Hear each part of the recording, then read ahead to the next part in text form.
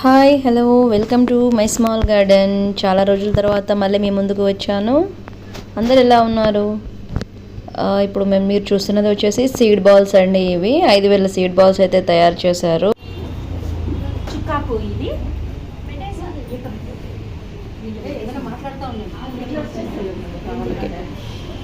చెప్పండి ఏమేమి పెట్టారు?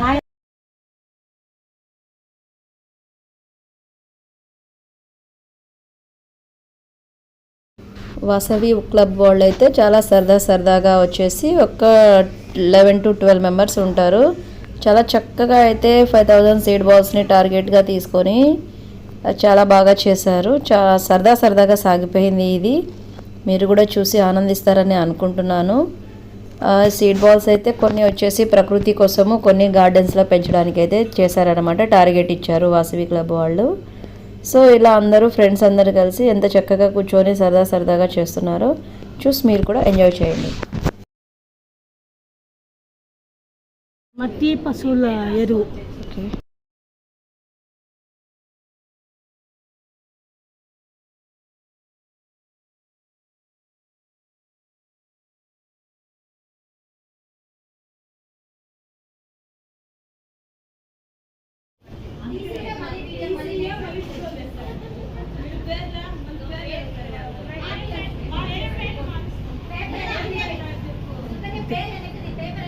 ఇది కలిపేసి బాల్స్ లాగా చేసేది గింజలు పెట్టి.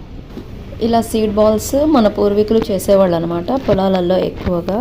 ఇలా ఎందుకు చేసేవాళ్ళు అంటే ఎలుకలు, పందికొక్కులు అన్నవి విత్తనాన్ని పాడు చేయకోకుండా మొక్క సురక్షితంగా ఎదగటానికి ఇలా సీడ్ బాల్స్ తయారు చేసి వేసేవాళ్ళు.